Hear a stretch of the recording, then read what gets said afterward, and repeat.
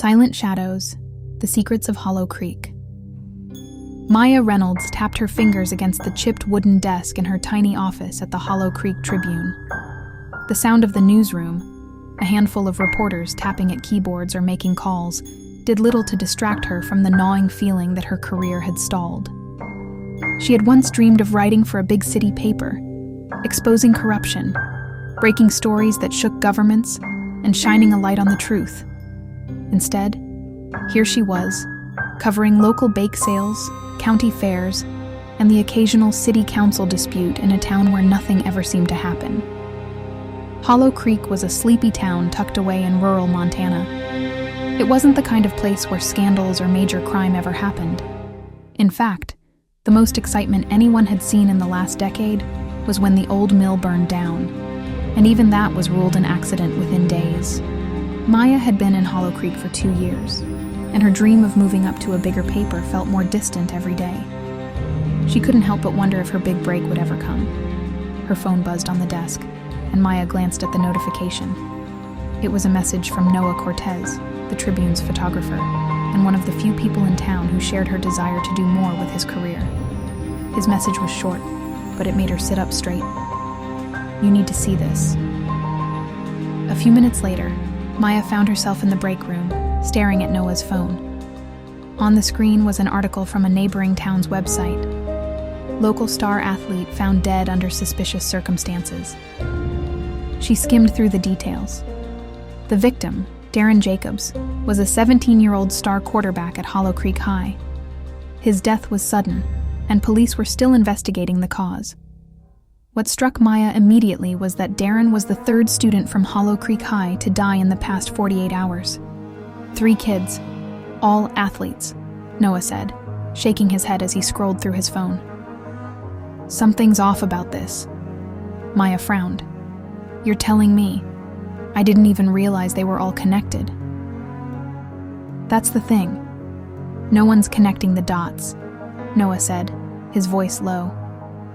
"The local police are treating them as separate incidents. Accidents, maybe a suicide. But 3 kids dying within 2 days of each other? That's not a coincidence." Maya felt a familiar spark of curiosity ignite in her chest, a feeling she hadn't had in a long time. It was the same feeling she used to get back in college when she was chasing down leads on stories that mattered. She looked at Noah, who was already watching her, his expression serious.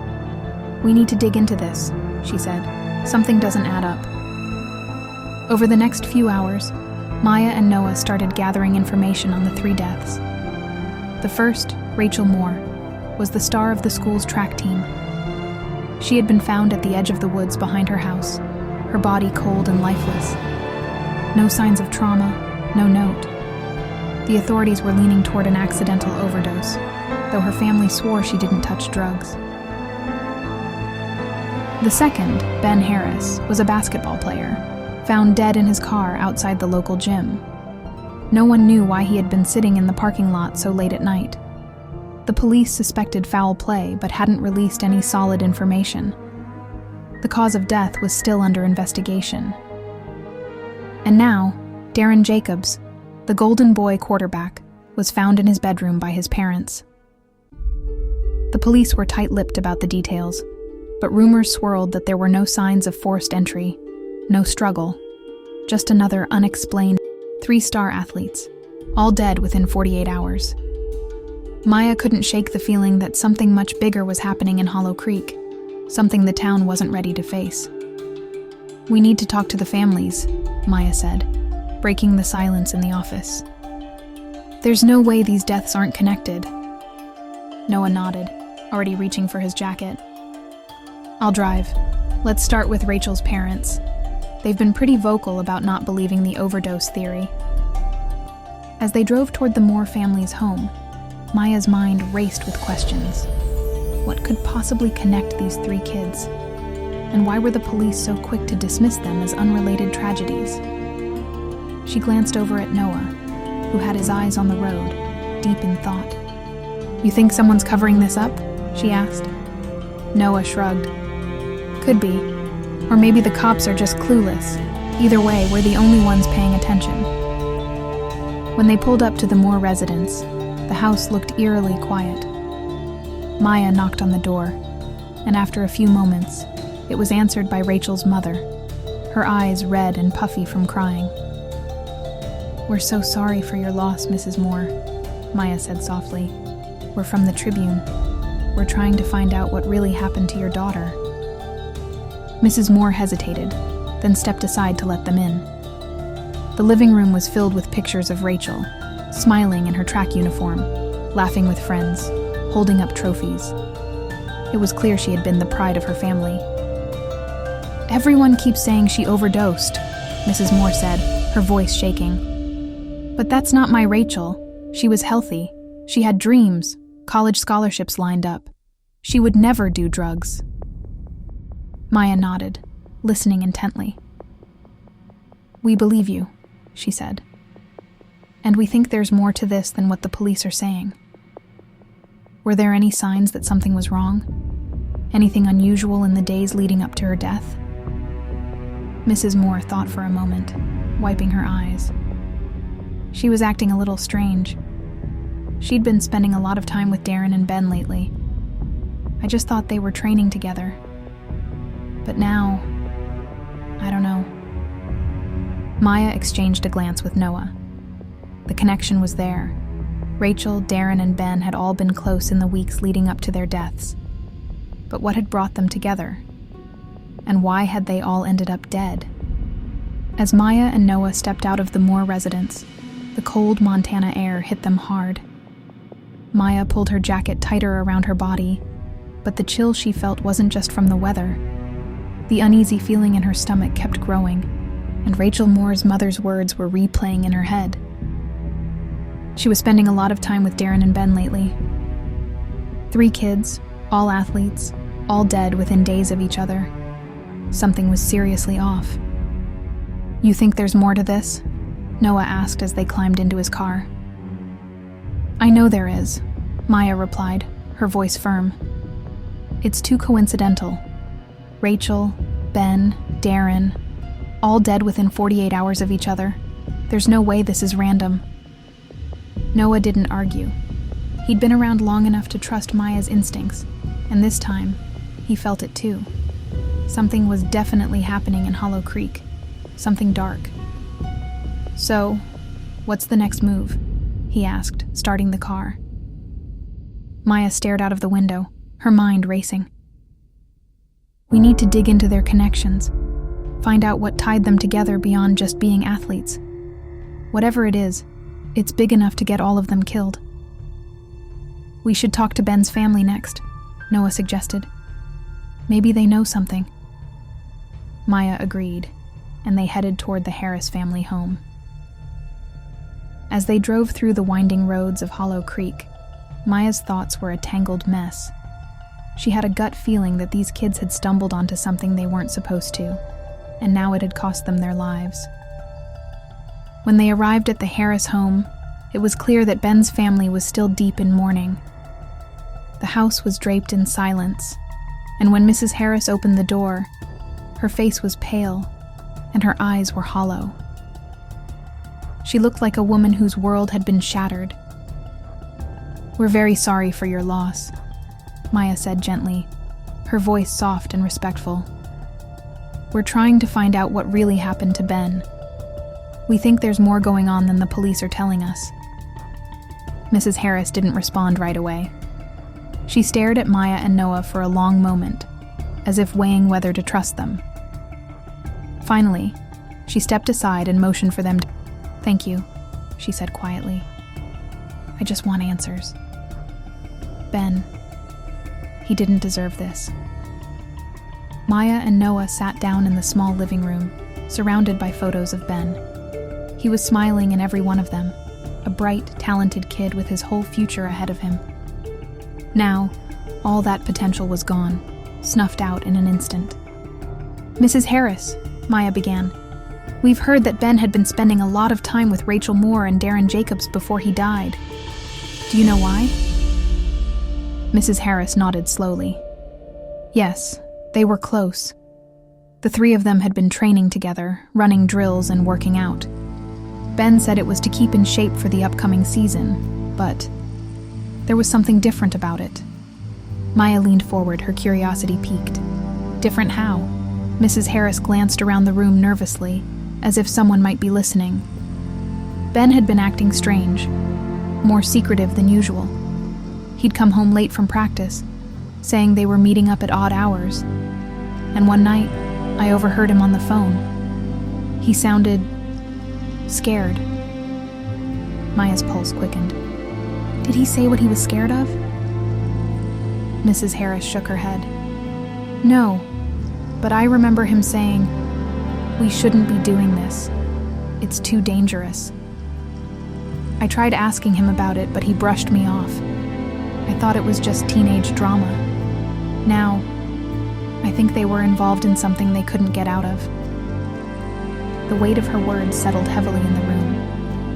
Maya glanced at Noah, who was just as tense as she was. They were onto something, but they didn't have enough information. Yet. "Thank you for telling us," Maya said softly. "We'll do everything we can to find out what happened to Ben."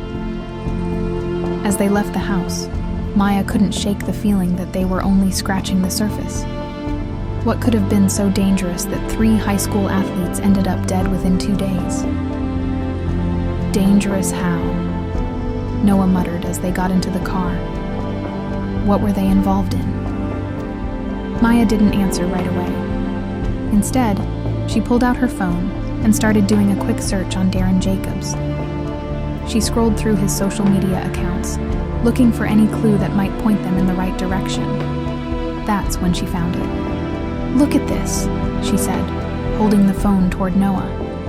It was a photo of Darren, Ben, and Rachel standing in front of an old, dilapidated warehouse on the outskirts of town. The caption was cryptic. "Sometimes you have to risk it all." Noah raised an eyebrow. What were they doing there? "I don't know, but we're about to find out." Maya quickly located the warehouse on the map.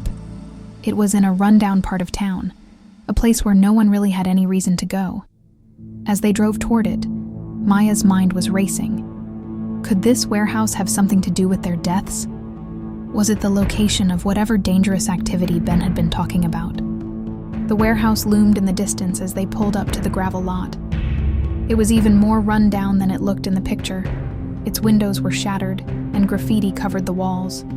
The place screamed of trouble. "This is it," Maya said, stepping out of the car. "This is where they were." Noah followed her, camera in hand, as they approached the large metal door. Maya hesitated for a moment, feeling a creeping sense of dread, but she pushed the door open and stepped inside. The warehouse was cold, dark, and empty, except for the eerie echo of their footsteps as they walked across the dusty concrete floor. But something caught Maya's eye almost immediately. In the far corner of the room, partially covered by a tarp, was a stack of large metal containers. They looked out of place, too industrial for a small town like Hollow Creek. Maya and Noah exchanged a glance, then slowly approached the containers. Noah pulled back the tarp, revealing the markings on the containers. Maya's stomach dropped as she realized what they were looking at. Chemicals. Dangerous ones. "What the hell were they doing with these?" Noah asked, his voice low and tense. Maya didn't have an answer. But whatever these kids had stumbled onto, it wasn't good. The chemicals, the secrecy, the fear in Ben's voice, all of it pointed to something bigger, something darker. Just as they were about to leave, they heard a noise behind them, a creak, like a door opening. Maya spun around, her heart pounding in her chest. They weren't alone.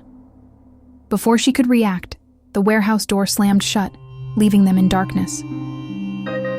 The slam of the warehouse door echoed through the empty space like a gunshot. Maya's heart jumped into her throat as she whipped around toward the source of the noise. The once cold and quiet warehouse now felt claustrophobic, the dark pressing in on her from all sides. Noah stood frozen beside her, his eyes wide with shock. "Who's there?" Maya called out.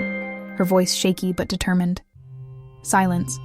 Noah grabbed her arm. "We need to go. Now." Maya nodded, her pulse racing. The air in the warehouse had shifted. It felt thick, oppressive, like something sinister was watching them. They hurried toward the door, but as they reached it, Maya's heart sank. It was locked. The metal handle wouldn't budge, and the once-open exit was now sealed tight. "What the hell?" Noah muttered, tugging on the door in vain. "We didn't lock it when we came in." Maya turned, scanning the shadows of the warehouse. "Someone's here," she whispered. "Someone doesn't want us leaving." Her mind raced, trying to make sense of it all. The deaths of Rachel, Ben, and Darren, the cryptic warnings from their families, the mysterious chemicals in the warehouse. And now, this. Whatever they had stumbled onto, it was more dangerous than they had imagined. A low scraping noise echoed from the far end of the room. Maya and Noah both spun toward the sound, their breath hitching in their throats. In the dim light, Maya could make out a shadowy figure moving slowly toward them, dragging something heavy across the floor. "We have to find another way out," Noah said, panic rising in his voice. Maya scanned the warehouse, her eyes landing on a metal staircase that led up to a second-floor platform. There was a window near the top, cracked but still intact. It was their only chance. "There," Maya pointed. "Come on." They sprinted toward the stairs, the heavy footsteps of the figure behind them growing louder, more deliberate. Maya's heart pounded in her ears as they reached the staircase and began climbing. Her legs burned with every step, but the fear driving her forward was stronger than the pain. They reached the top of the platform, the window only a few feet away. Noah grabbed a nearby metal pipe and swung it at the glass, shattering it in a loud crash. The cold night air rushed in as they climbed through the broken window and jumped down onto the gravel below. Maya hit the ground hard, the impact sending pain shooting up her legs, but she didn't stop. She scrambled to her feet and started running, Noah close behind. They didn't stop until they were back at the car, breathless and shaking. "What the hell just happened in there?" Noah gasped, leaning against the car for support. Maya was still catching her breath, her mind racing. "Someone's been watching us. They know we're getting close." Noah's face was pale. "But why? What are they hiding?" Maya pulled out her phone, her hands trembling as she dialed the number for the police. But when the line connected, her stomach dropped. The voice on the other end wasn't a dispatcher. "I warned you to stop digging, Maya," a deep, unfamiliar voice growled. Maya froze. The voice sent chills down her spine. She didn't recognize it, but it was clear they knew her. How did you get this number?" she stammered. "I told you before," the voice continued, low and menacing. "This isn't a story you want to chase. You should have walked away." Maya's mind raced as she tried to remember when she had been warned. Then it hit her, the email. A few days ago, after Ben's death, she had received an anonymous email saying, "For your own safety, don't look into this. Walk away before it's too late." At the time, she had brushed it off as a prank. Now she knew better. "What do you want?" she demanded, her voice shaking. The voice on the other end of the line chuckled, cold and unfeeling. "What I want is for you to forget what you saw. Forget those kids. Forget the warehouse. Walk away, and you get to keep your life." Maya's heart raced, but she forced herself to stay calm. "And if I don't?" There was a pause, the tension thickening through the phone. "Then you won't like what happens next." The line went. Maya stood there, frozen in place, her mind swirling with fear and confusion. Noah looked at her, his face etched with concern. "What did they say?" he asked. Maya shook her head, trying to process everything. "They know we're onto something. and they're willing to do whatever it takes to stop us. Noah's face darkened. What do we do now? Maya glanced back at the warehouse, a sinking feeling settling in her gut. We can't stop, Noah. We have to keep going. Noah looked at her like she was crazy. Maya, they just threatened your life. We don't know who these people are, or how far they're willing to go. What if we're in way over our heads? Maya clenched her fists, her determination hardening. That's exactly why we can't back down. If we stop now, whatever they're hiding will stay buried forever. Rachel, Ben, Darren, they deserve justice. We owe it to them to find out. Noah hesitated, then sighed.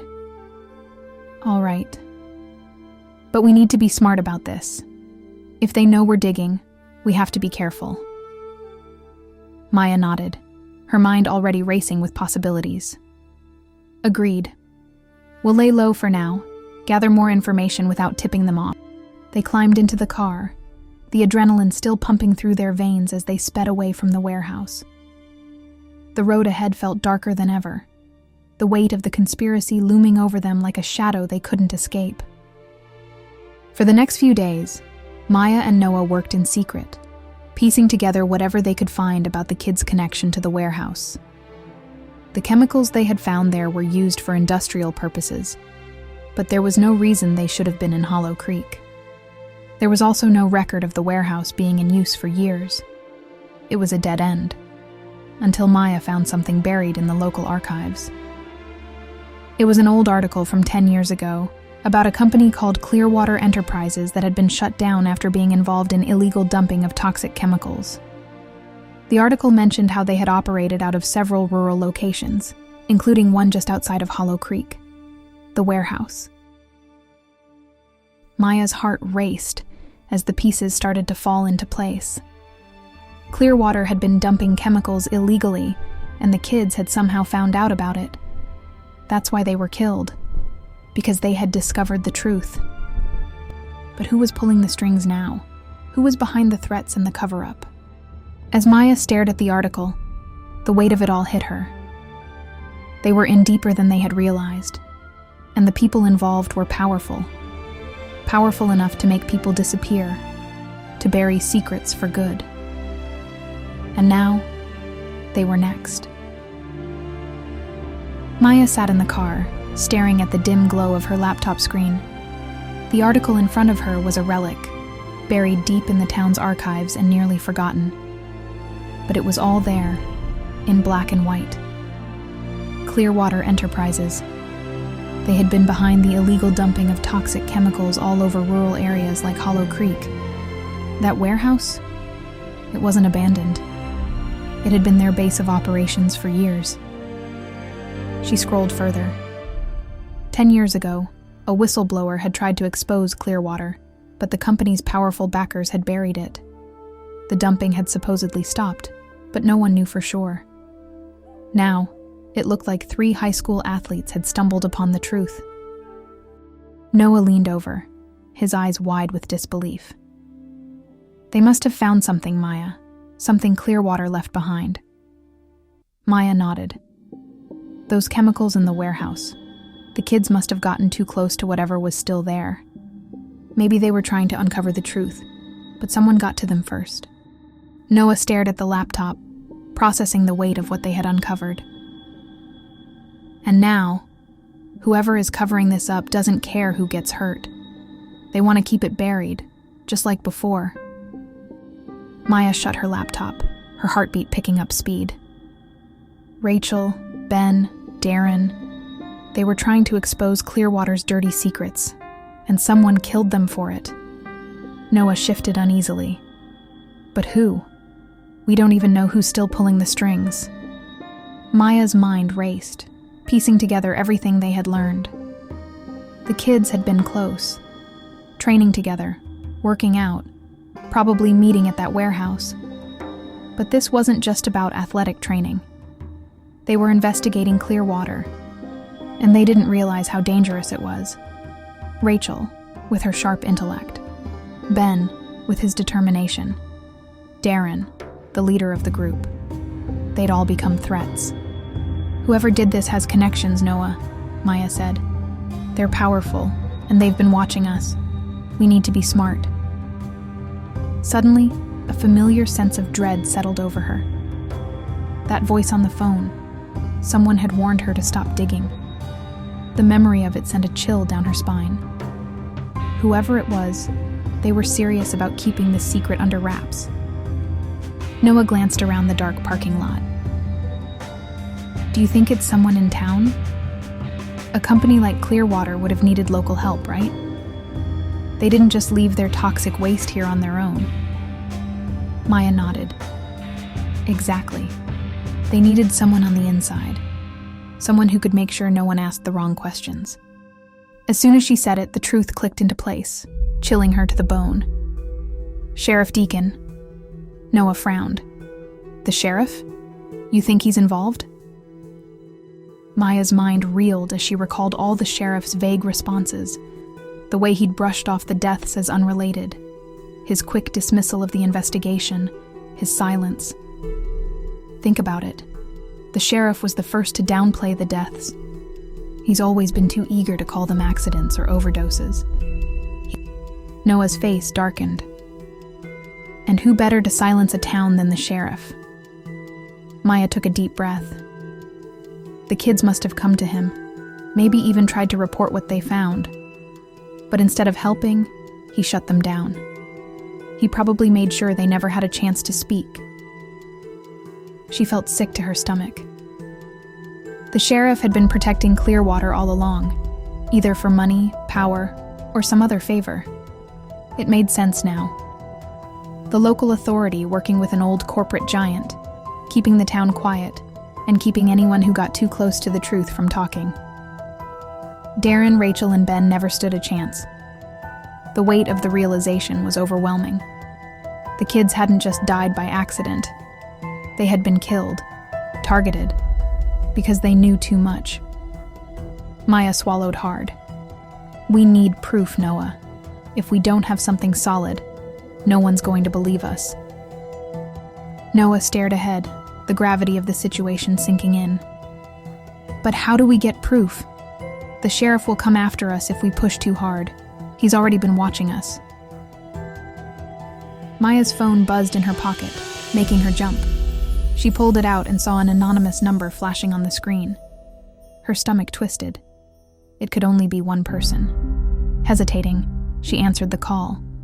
The same deep voice from before greeted her, low and threatening. "I warned you," the voice said, sending chills down her spine. "I told you to stop digging. You're too close now." Maya's heart raced, but she forced herself to speak. "I know what you did. I know about Clearwater, and I know Sheriff Deacon is involved." The voice on the other end chuckled darkly. "You think you're so smart, but you don't know how deep this goes, Maya. Walk away now and maybe, just maybe, you'll live long enough to forget this." The line went dead.